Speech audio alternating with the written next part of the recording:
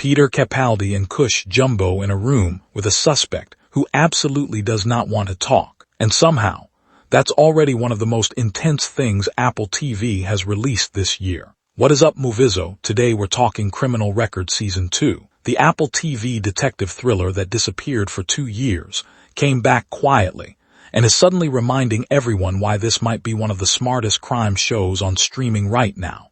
Seriously, if you've ignored this show until now, you're probably sleeping on it. The heart of Criminal Record has always been June Lenker and Daniel Hegarty, two detectives, completely different instincts, completely different ways of dealing with power, truth, pressure, all of it. And every time they share a scene, you can feel that friction immediately. The finale sneak peek basically doubles down on that tension. What makes this show work for me is that it never feels like a generic solve the murder thriller. There's always something heavier underneath it. Race, institutional corruption, the uncomfortable reality of how systems protect themselves. Like the show isn't just asking who committed the crime, it's asking who gets believed, who gets protected, and who gets sacrificed when things get messy.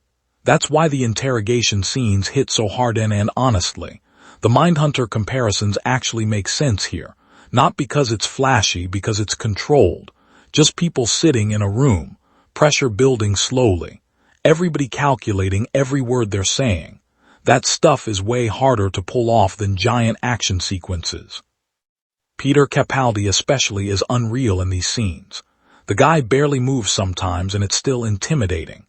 Cush Jumbo is fantastic too because June never feels predictable. Even when she's calm, it feels like she's thinking 3 steps ahead.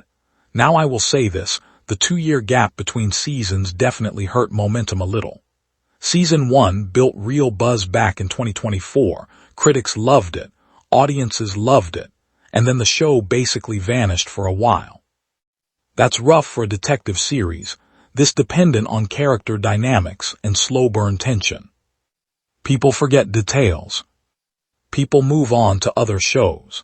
And this isn't the kind of series you casually jump back into after 2 years without needing a mental refresh. But creatively, I honestly think Season 2 still delivers. That finale sneak peek feels like the entire season crashing into one room, one interrogation, one suspect finally running out of space to hide. No giant twist explosions. No over-the-top spectacle, just pressure, truth, and 2 detectives slowly cornering somebody who knows it's over. That's good thriller writing. This is honestly the kind of show Apple TV does better than almost anyone right now. Smart, character-driven stories that trust the audience to keep up instead of over-explaining everything. If Season 3 gets confirmed, Criminal Record absolutely deserves to be mentioned alongside Severance and Apple's best prestige shows. For me, easy 8.5 out of 10. It still feels unfinished, but in a good way. Like the story still has more damage left to uncover. But now the important question after 2 seasons, are you Team June or Team Hegarty?